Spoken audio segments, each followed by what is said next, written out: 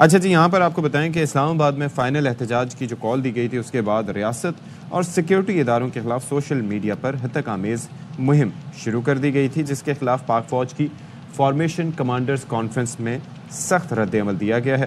Army chief general Syed Asim Munir کی صدارت میں اجلاس ہوا۔ اس میں اعلامیے میں کہا گیا ہے کہ حکومت بے لگام آزادی اظہار رائے کی آڑ میں زہر اگلنے والوں کے خلاف سخت قوانین بنا کر سختی سے عمل کرائے اور جعلی خبریں پھیلانے والوں کو انصاف کے کٹہرے میں لانا وقت کی ضرورت ہے۔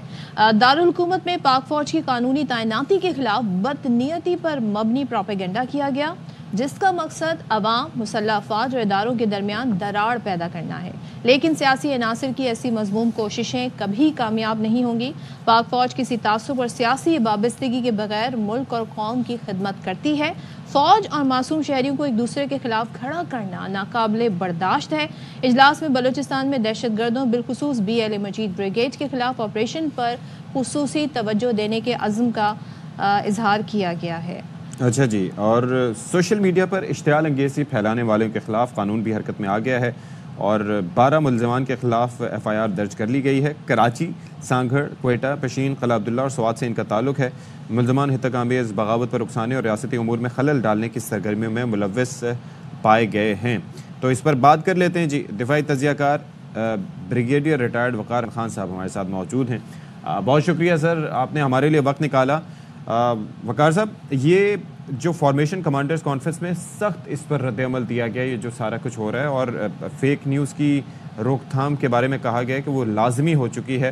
اب تک جو ارینجمنٹس کیے گئے، آپ دیکھتے ہیں کہ سوشل میڈیا پہ پہلے ہم نے یہ مثالیں بھارت میں دیکھی تھیں کہ کچھ بھی بغیر تحقیق کے فارورڈ کر دیا جاتا تھا اور اس کے بڑے نقصان ہوتے تھے، اور یہ ایک بہت بڑا ٹول ہے جس کو غلط انداز میں استعمال کیا جا سکتا ہے، اور پاکستان میں یہ سلسلہ شروع ہو چکا ہے۔ لوگ تحقیق نہیں کرتے، پلس AI جو ہے اس کا استعمال کرتے ہوئے ایسی تصاویر بنا کے پیش کی جاتی ہیں کہ بعض لوگوں کو اس پر، یا میجورٹی کو جو اتنے ٹیکنالوجی سے واقفیت نہیں رکھتے، وہ کو حقیقت کا ان کو گمان ہوتا ہے۔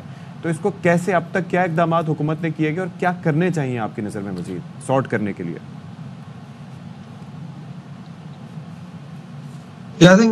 آپ نے صحیح بتایا کہ سوشل میڈیا کی جو ویپنائزیشن ہے وہ بریگیڈیئر صاحب، آپ کی آواز بریک ہو کر ہمیں آ رہی ہے، سو ہم اس کو ذرا چیک کر لیتے ہیں کیا ایشو ہے۔ انٹرنیٹ ایشوز اپنی جگہ، انٹرنیٹ ایشو ہے کہ اس کے بعد پھر ہم ظاہر ہے کھل کے اس پر بات کر سکیں گے۔ تو جی، بڑا ہائیسٹ فورم اگر ہم اسے کہیں، جو فارمیشن کمانڈر جو اجلاس ہوا ہے، اور اس میں بڑے یہ فیصلے ہوئے ہیں۔ فیک نیوز ایک گلوبل مسئلہ ہے، ہم یہ دیکھ رہے ہیں دنیا کے مختلف ممالک میں ڈفرینٹ ٹیکٹکس اپنائی جاتی ہے۔ ڈونلڈ ٹرمپ کو کتنے ایشوز اس پہ ہوتے تھے، فیک نیوز اور یہ جو مس انفارمیشن، اور پھر AI کا جو مس یوز ہے، تو یہ بڑا امپورٹنٹ ہے۔ حالانکہ اب بہت سارے ایسے پیجز آ گئے ہیں، ویب سائٹ آ گئی ہے کہ وہ فیکٹ چیک دیتے ہیں، تو ان فیکٹ چیک جو ہے ان کو بھی بڑا ہمیں کہتے ہیں نا آگے بڑھانا ہوگا، چلیں جی آگے۔ وقار صاحب آ چکے ہیں ہمارے ساتھ۔ سر، سوال میرا آپ کے سامنے تھا، جواب کائنڈلی دیجیے گا۔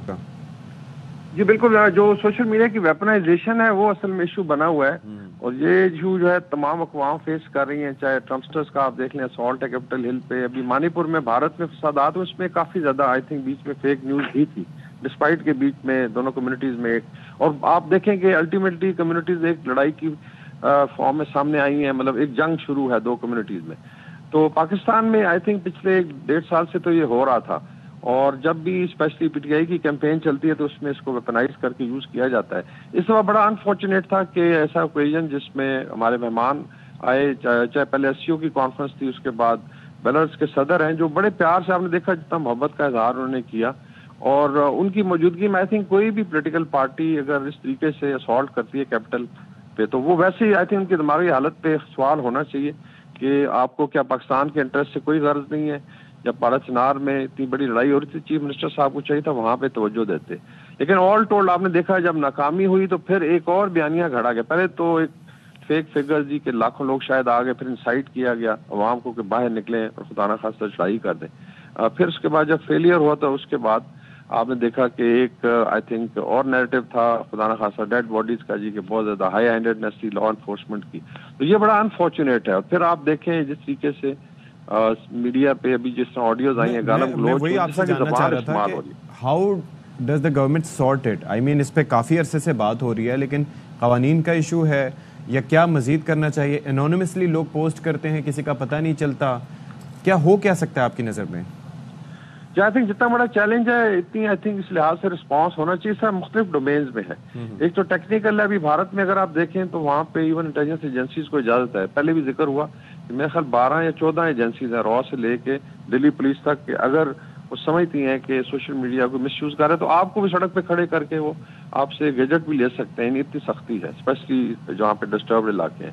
تو ایک تو یہ معیار. دوسرا لیگل ہے, جس آپ کا آپ کا پورا ایک ایکٹ ہے, اس کے اندر ساری چیزیں ڈیفائن ہے. صرف امپلیمنٹیشن کا ایشو ہے, بیکاز اس کو کسی حد تک جو ہے سوشل میڈیا پہ جو آپ فیک نیوز چلاتے ہیں یا آپ ایک ایسا نیریٹو جو اینٹی اسٹیٹ ہو یا خدا نہ خواستہ عوام اور فوج کے درمیان دراڑ پیدا کرے یا دو قومیتوں کے درمیان دراڑ پیدا کرنے کی کوشش کر رہا ہوں, تو اس کو اس طریقے سے لیا نہیں جاتا. حالانکہ اگر آپ لیٹ سے ایک پوسٹر بھی لگاتے ہیں فزیکلی جو نفرت آمیز ہے تو اس پہ ایکشن ہو جائے گا, لیکن سوشل میڈیا کو بڑا سافٹ سمجھا جاتا ہے اور ایٹ ٹائم لوگ اس کو بڑا لائٹ لیتے ہیں, ایز اے جوک میمز بن رہی ہیں یا ٹک ٹاک ہے. حالانکہ it is as good as any news paper, as good as any I think media. بھی ایلون مسک کا بھی اسٹیٹمنٹ آیا جی کہ دس از دی میڈیا, اور یہ حقیقت ہے کہ آگے زیادہ لوگ اسی پہ آئی تھنک انفارمیشن شیئر کریں گے. تو ایک تو اس کی سیریسنس کی ضرورت ہے. پھر یہ کہ ڈیجیٹل اویئرنیس ہے جو آپ کر رہے ہیں, ہم کریں کہ عوام کو اسپیشلی یوتھ کو اویئر کرایا جائے.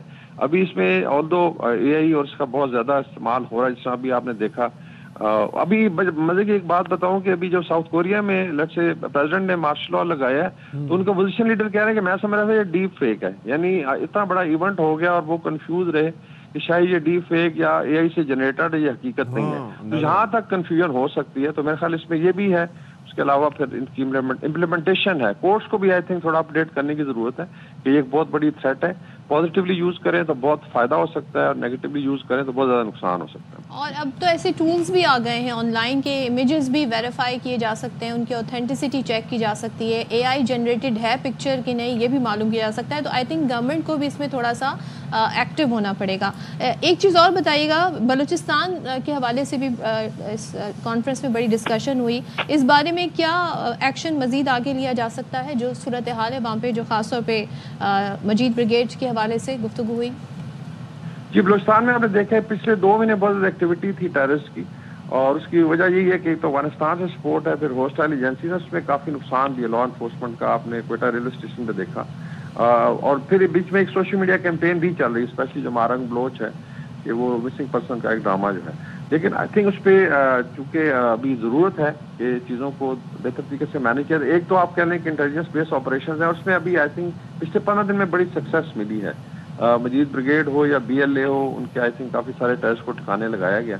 اور دوسرا ضرورت یہی ہے کہ آگے اگر بلوچستان نے ڈیولپ ہونا ہے, جو پاکستان کی ڈیولپمنٹ سے لنک ہے, ابھی آپ دیکھیں سی پیک 2 کا میجر پورشن جو ہے یا ریکارڈنگ کی پروڈکشن ہے یا آئل اینڈ گیس ہے, شیل گیس ہے. اس کے علاوہ ڈیفینیٹلی مین تھنگ از کہ لو یوتھ کو ہم نے آگے لے کے آنا ہے. تو میرے خیال اس پہ ایک کمپریہنسو جو ہے اسٹریٹجی چل رہی ہے جو عزم استحکام کا حصہ بھی ہے, لیکن اس میں آئی تھنک جو پولیٹیکل گورنمنٹ ہے صوبے کی اس کو بھی آگے آنے کی ضرورت ہے, اور فیڈرل گورنمنٹ کو. تو اس کے اندر جو ریاست کے باہر سے ہمیں پتہ ہے کہ بلوچستان میں کافی سارے لوگ ہیں, کافی غیر ملکی ایجنسیز کہیں, غیر ملکی عناصر کہیں, جن کے وہاں پر مفادات وابستہ ہیں اور اسی وجہ سے وہاں پر وہ انسٹیگیٹ کرتے رہتے ہیں. تو اس کی روک تھام کے لیے کیا ہو سکتا ہے؟ انٹرنلی تو چلے ہم یہ ارینجمنٹس کر سکتے ہیں, ایکسٹرنل فیکٹرز ہیں ان کو کیسے ٹیکل کریں؟